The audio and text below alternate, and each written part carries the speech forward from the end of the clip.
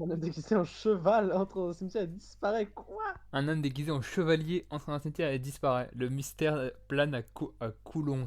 Clairement, là, il y a un fantôme. Non mais en gros, si je me souviens Genre, bien, en gros, il y a un gars une fois, il a croisé un type en armure en train de se balader dans un cimetière. absolument pas creepy, tu sais, pas du tout un fantôme ou quoi que ce Non soit. mais tranquille, hein. Dans un village de 800 habitants. Imagine, en vrai, c'est juste un gars qui fait un excellent prank.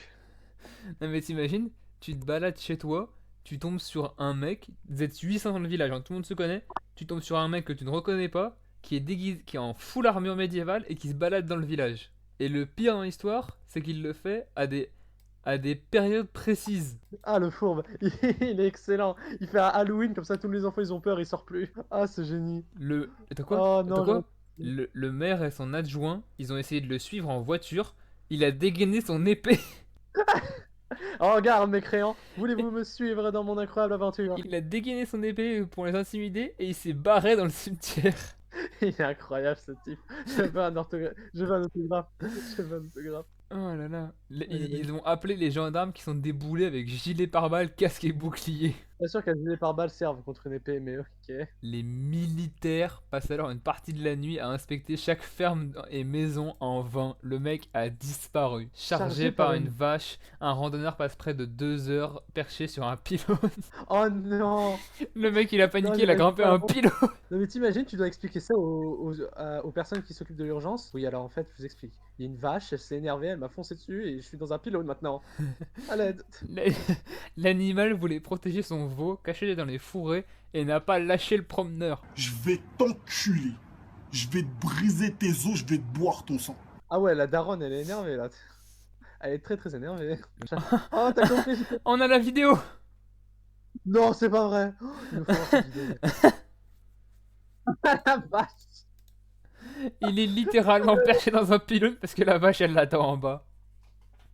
Vas-y, viens là. Viens. Viens, n'aie pas peur. Viens, je vais pas te taper, viens. Je suis herbivore, pourquoi t'as peur? Viens, viens. N'aie pas peur. Elle- Oh, il doit tellement s'accrocher pour sa vie pour pas tomber. Miguette, la taille des cornes, mais normal que tu cours. Non, mais c'est surtout que genre là, elle l'attend, hein. Elle attend au tournant. L'employé, a l'habitude de grimper sur de telles structures. Bah heureusement, Imagine, c'est pas grimpé, bah tu meurs, voilà. on peut Tant voir pis pour la toi. vache très agacée. Bon, le mot est faible, hein. Elle, elle le regarde fixement. Le seul moment où elle le regarde plus, c'est pour voir son petit veau. États-Unis, il Ouais. joue au golf et voit un requin marteau tomber du ciel. J'ai plusieurs questions. Un groupe de golfeurs à Myrtle Beach, en Californie du Sud, Caroline du Sud, pardon, j'ai inventé un pays, Oui. a vu un bébé requin marteau tomber du ciel sur leur parcours, lâché par un rapace poursuivi par des corbeaux. Ça a de moins en moins de sens. Plus on avance, moins il y a du sens. Genre, déjà, t'es en train de me dire que le rapace, il est allé dans l'eau, il est allé choper un bébé requin marteau sans se faire dégommer par la daronne, et c'est passé. Après, Et là, maintenant, il... à tout moment, la daronne, elle était sur le live du mec qui se faisait courser par la vache. Ah bah oui, ça expliquerait beaucoup de choses. Il jouait au golf quand un requin marteau leur est quasiment tombé sur la tête. Photo à l'appui, Jonathan Marlowe explique à ABC News comment cette aventure lui est arrivée alors qu'il trouvait avec des amis sur un parcours à Myrtle Beach en Caroline du Sud. Entre parenthèses, États-Unis. Bah, excusez-nous, mais nous on est allé en cours, hein. On sait que c'est aux États-Unis, hein. Après, attention, il y a peut-être des Américains qui regardent. Voir des animaux sauvages, on a l'habitude, mais un requin... On a l'habitude de voir un sauvage, mais un requin c'est la première fois. S'amuse-t-il? Jonathan Marlowe explique qu'il ne savait pas si l'animal était encore en vie. Ils ont hésité à le remettre dans l'océan qui était à 800 mètres. Ouais, bon, il est mort, hein, c'est à ce point-là, il est mort. Hein. Et surtout, genre, le corbeau, il va pas aller bouffer un requin, il s'en Bah, fout, le visiblement, il corbeau. avait envie, hein.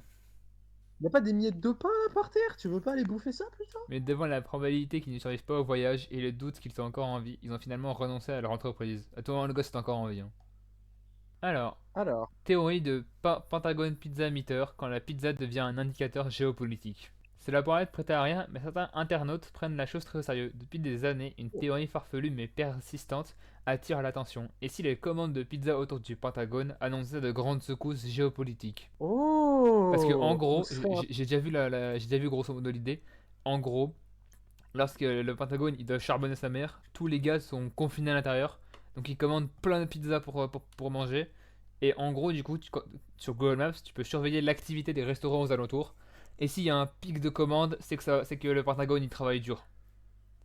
Ok, en vrai, non, je me suis moqué de la théorie au début, mais c'est super intéressant, Tout pour le remonte coup. aux années 90. À cette époque, Frank Mix, un franchisé de Domino's bien implanté à Washington, avait remarqué une recrudescence soudaine des livraisons vers le bâtiment de la CIA la veille de l'invasion du Koweït par l'Irak. Ok, alors là, il y a un...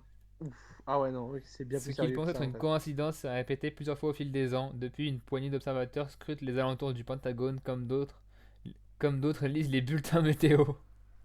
Oh chérie, il va faire beau aujourd'hui. Oh chérie, le Pentagone a commandé 50 pizzas aujourd'hui. Car Non, l'idée au peut-être fond pas. est assez logique, lorsqu'un événement grave se profile, les équipes du département de la défense se mobilisent, travaillent tard et finissent par commander à manger. Et quoi de plus rapide et bon marché qu'une pizza? Résultat, un pic de livraison pourrait signaler en creux une crise en gestation. C'est super intéressant, en vrai, j'aime bien l'idée. Avec les réseaux sociaux, cette pizza théorie a trouvé un nouveau terrain de jeu. Sur X, le compte Pen Pizza Report s'est donné pour mission de surveiller en temps réel l'activité des pizzerias proches du Pentagone, un peu par dérision, beaucoup par curiosité. Ces publications mêlent données anecdotiques et clins d'œil à l'actualité. Toutes les théories attirent le grand public. Le 1er juin, le compte a publié à moins d'une heure de la fermeture, le Domino's le plus proche du Pentagone connaît une affluence anormalement élevée. Quelques heures plus tard, des tensions entre Israël et l'Iran. Ok, donc non, et clairement, la théorie semble être vraie. Dans une époque saturée d'informations et de théories plus ou moins fumeuses, toutes les théories peuvent attirer l'attention, comme le souligne The Takeout. Ces anecdotes montrent surtout à quel point les signaux faibles, même les plus attendus, peuvent éveiller la curiosité. Deux marmottes se bagarrent au milieu de route, créent un embouteillage. Chine, deux marmottes se bagarrent au milieu de la route et créent un embouteillage. Des Est-ce que dizaines t'as de déjà vu... voitures ont dû attendre que deux marmottes mettent fin à leur combat de coq en pleine route début mai en Chine. Oh, est-ce que t'as déjà vu un combat de marmottes? C'est ridicule. Non, mais c'est ridicule. Tu vois, genre, les gamins en primaire, là, qui, genre, ils se prennent par le col et tout, et après, ils font rien. Ouais. C'est exactement ça, un combat en marmotte. C'est exactement ça, il se passe rien du tout. Ah oui, d'accord, c'est dur. Genre, juste, ils se poussent un peu, et c'est tout. Enfin, ils se battent pas, il n'y a pas de griffes, il n'y a pas de morsure. Bah,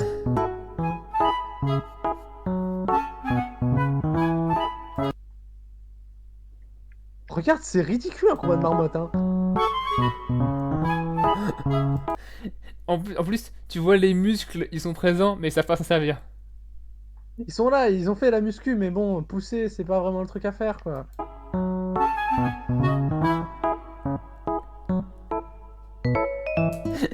On se dirait deux passe-partout qui s'embrouillent. Viens là, non, toi, viens là. Donne-moi mes noix, là.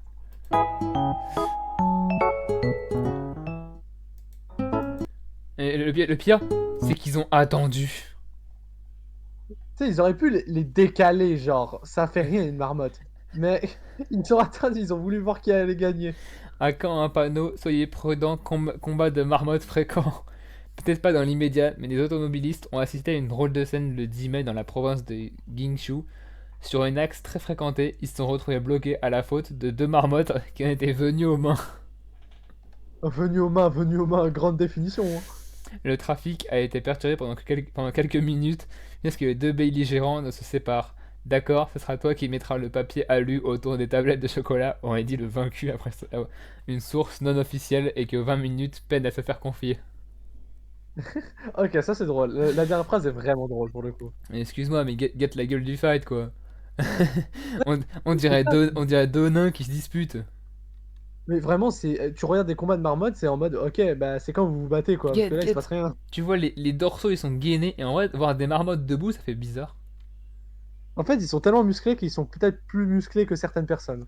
Bah, déjà que toi et moi, c'est sûr. Ouais, nous on fait pas de la muscu. Ouais, eux elles en font, ok? Elles creusent et elles mordent. Ouais, c'est sûr que là, c'est pas équitable.